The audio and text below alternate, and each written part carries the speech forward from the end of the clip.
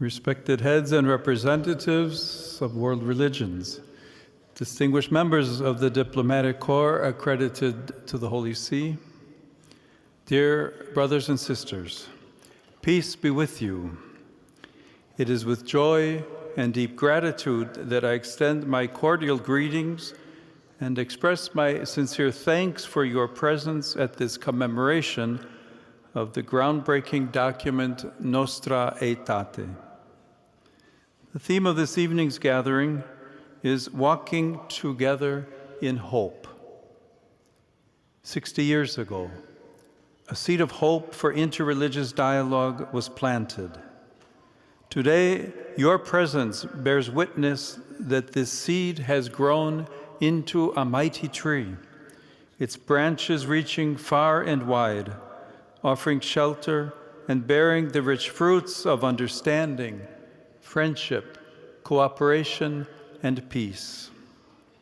For 60 years, men and women have labored to bring Nostra Aetate to life. They watered the seed, tended the soil, and protected it. Some even gave their lives, martyrs for dialogue, who stood against violence and hatred. Today, let us remember them with gratitude. As Christians, together with our brothers and sisters of other religions, we are who we are because of their courage, their sweat, and their sacrifice. In this regard, I sincerely thank you for your collaboration with the Dicastery for Interreligious Dialogue, the Commission for Religious Relations with the Jews at the Dicastery for Promoting Christian Unity, and with the Catholic Church in your home countries. Thank you for accepting our invitation and for gracing this occasion with your presence. My dear brothers and sisters, your friendship and esteem for the Catholic Church shone forth in a special way at the time of Pope Francis' final illness and death, through the heartfelt messages of condolence you sent, the prayers offered in your countries, and the presence of those who were able to attend his funeral. That same friendship shone again through your congratulatory messages upon my election as Pope and the presence of some of you at the inaugural Mass. All these gestures testify to the deep and lasting bond we share, a bond I cherish profoundly. If the Nostra Aetate declaration has nourished the ties between us, I am convinced that its message remains highly relevant today. Let us then take a moment to reflect on some of its most significant teachings. First, Nostra Aetate reminds us that humanity is drawing closer together, and that it is the task of the Church to promote unity and love among men and women and among nations. Second, it points to what we all share in common. We belong to one human family, one in origin and one also in our final goal. Moreover, every person seeks answers to the great riddles of the human condition. Third, religions everywhere try to respond to the restlessness of the human heart. Each, in its own way, offers teachings, ways of life, and sacred rites that help guide their followers toward peace and meaning.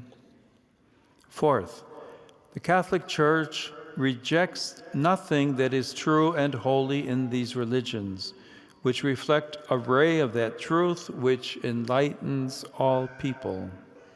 She regards them with sincere reverence and invites her sons and daughters, through dialogue and collaboration, to recognize, preserve, and promote what is spiritually, morally, and culturally good in all peoples.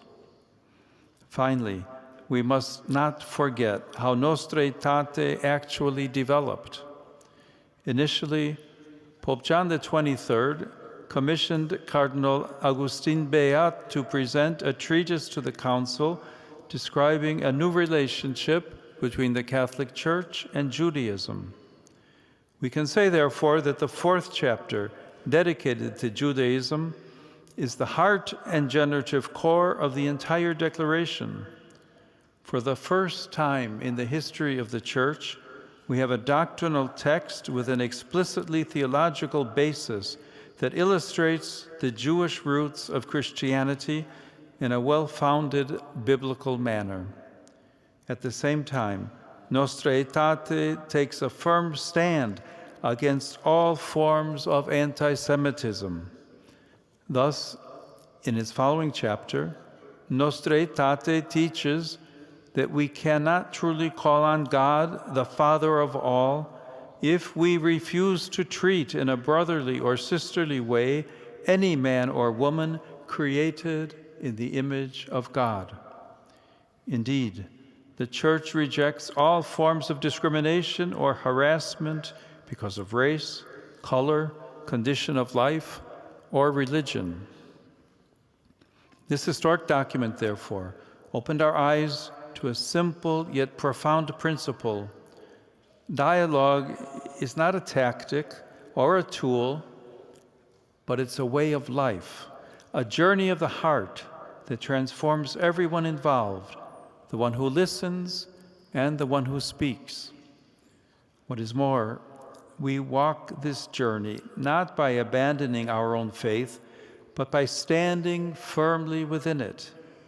For authentic dialogue begins not in compromise, but in conviction, in the deep roots of our own belief that give us the strength to reach out to others in love.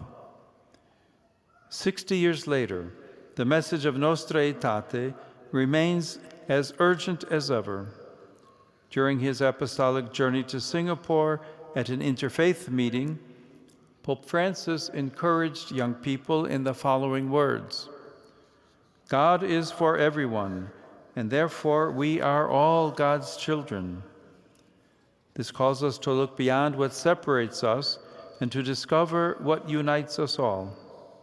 Yet today we find ourselves in a world where that vision is often obscured. We see walls rising again between nations, between religions, even between neighbors. The noise of conflict, the wounds of poverty, and the cry of the earth remind us how fragile our human family remains. Many have grown weary of promises. Many have forgotten how to hope.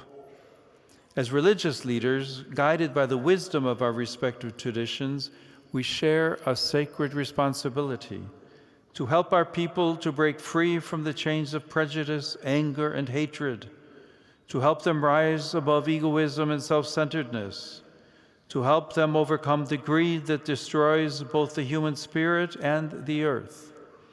In this way, we can lead our people to become prophets of our time, voices that denounce violence and injustice, heal division, and proclaim peace for all our brothers and sisters. This year, the Catholic Church celebrates the Jubilee of Hope. Both hope and pilgrimage are realities common to all our religious traditions. This is the journey that Nostra Aetate invites us to continue, to walk together in hope. Then, when we do so, something beautiful happens. Hearts open, bridges are built, and new paths appear where none seemed possible. This is not the work of one religion, one nation, or even one generation. It is a sacred task for all humanity to keep hope alive, to keep dialogue alive, and to keep love alive in the heart of the world. My dear brothers and sisters, at this crucial moment in history, we are entrusted with a great mission: to reawaken in all men and women their sense of humanity and of the sacred. This, my friends, is precisely why we have come together in this place, bearing the great responsibility as religious leaders to bring hope to a humanity that is often tempted by despair. Let us remember that prayer has the power to transform our hearts, our words, our actions, and our world. It renews us from within, rekindling in us the spirit of hope and love. Here I recall the words of St. John Paul II, spoken in Assisi in 1986. If the world is going to continue, and men and women are to survive in it, the world cannot do without prayer. And so now I invite each one of you to pause for a moment in silent prayer. May peace come down upon us and fill our hearts.